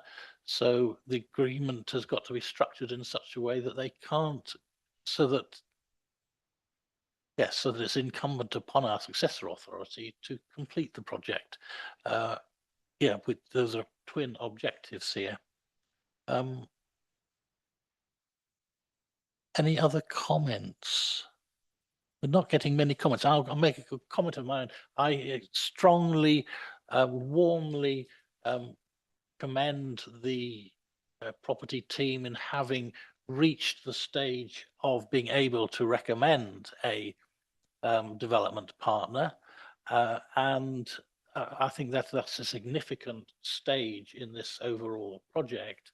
But we recognize that there are lots of issues still to be resolved. The detailed design has got to come.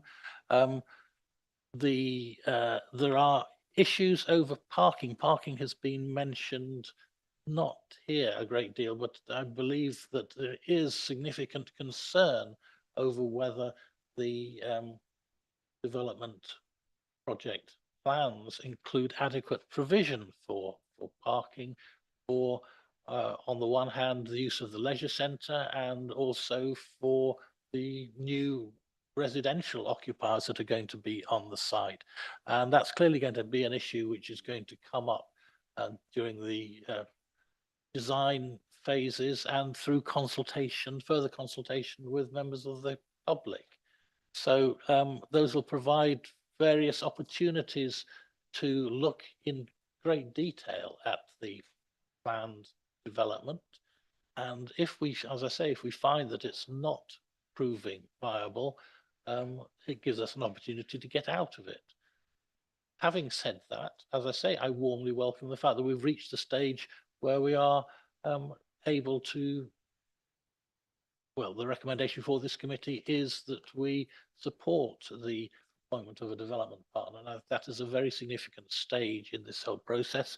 It's one which FIAC was keen in the very early days to say it's very important that we evaluate very fully our proposed agreement with a development partner and have this come back to FIAC before we sign such an agreement. So I'm glad that it has indeed come back to FIAC for our consideration. And the last point that I would wish to make is that we hope that there will be regular update reports to FIAC on the course of the project. I'm not saying it has to be to every single meeting of FIAC, but a regular report appraising us of the status of how the project is progressing. So that's what I would say. Any other comments though from members of the committee? Yes, yes. Can I come to it? As this is FIAC committee, looking through the recommendations to cabinet, the first one there, linking to what Councillor Lehman just said as well. One of the cabinet recommendations is to approve the solutions to adjust the funding gap at preferred tender status set out as an Appendix J. As this is the finance committee, is that something the committee should be looking at in more detail? Well, that's okay. That's something that Councillor Lehman has already alluded to. Councillor Lehman has indicated that he is not in favour of some elements of the proposals to eliminate the funding gap.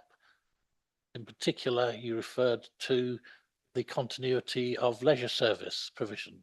And I think that is an issue that concerns many of us. And I think I would say that that's a matter that Cabinet are going to have to pay close attention to as we progress through the operation of the development agreement and as plans are finalised in more detail for what the development will look like, and to weigh up whether the decisions that are before us now in terms of eliminating the funding gap, whether they remain appropriate, or indeed whether the council would prefer to throw more money into the development pot so as to obviate the need for those decisions. So would we as a council be prepared to put more money into the pot in order to provide for continuity of leisure provision? But if we do that, then that immediately starts getting us into the realms of not achieving the financial, well, it would break our financial viability test that we set out right at the beginning. Chairman, yes, it would. And you also then need, as the FIAC committee, you also then need to recommend what the council's not doing to fund that extra amount. Yes. Does anyone wish to comment on that and the proposals to eliminate the funding gap?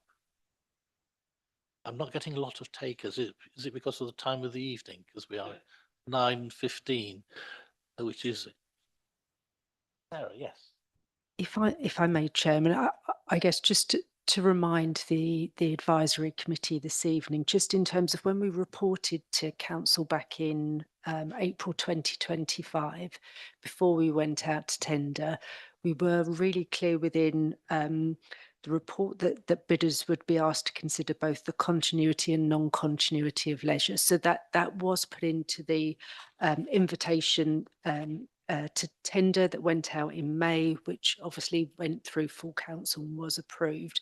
So I think if there was, I think your point in terms of any consideration around looking at continuity, continuing leisure would come where there would need to be a decision through council that we would obviously need to look at how we plug that gap. But I think thinking about under the procurement legislation that we work within, that tender we need to be mindful was that the bidders were asked to consider both aspects in terms of continuity and non-continuity.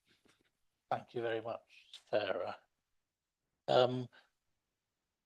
Well, I'm going to, if no one else wants to come in, I'm going to summarise the position we've got to and then put the matter to a vote. We are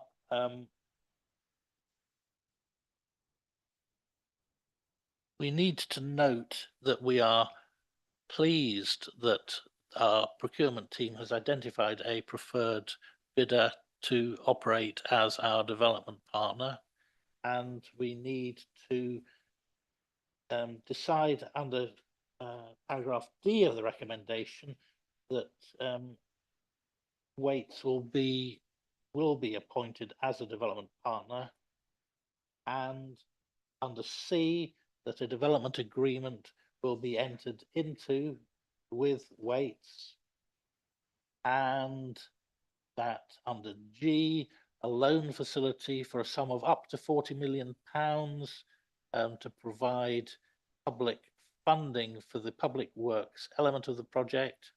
We will take on board that loan facility to be repaid in due course. And we will note that there are opportunities at several points to exit from the development agreement if we find that it is no longer proving sufficiently attractive to the district council. And lastly, we would welcome regular reports on the progress of the project as it develops over the next few years. Can I put that to the committee? Those in agreement? On A. Well, that is yes, that is part of what is before us tonight. But no one has wished to comment on that at all, other than yourself, Councillor Lehman, and I respect your point. But thank you. I note that, but I'm not going to put A to a separate vote. But I think your reservations on A can be noted, perhaps in the minutes.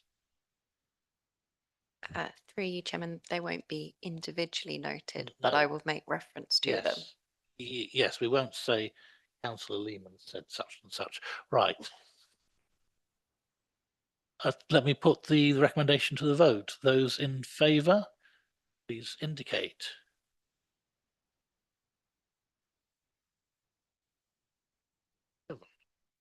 Those against? 1. Those abstaining? 2 abstaining. Could I just ask why are you voting against, Councillor Morgan? What aspect are you? Yeah, for consistency, because when this came up in the previous discussion, and we were talked about the way the procurement worked, well, I was very unhappy with that and voted against at that time. And I don't feel I can vote for this because I'm still not happy with the way procurement went. I think probably weights are the best choice at the end, but I don't think it's. I don't want to go into discussion when it might be gold papers again. I just really vote saying for consistency for the way I voted before, I want to vote the same way again. Okay, I understand.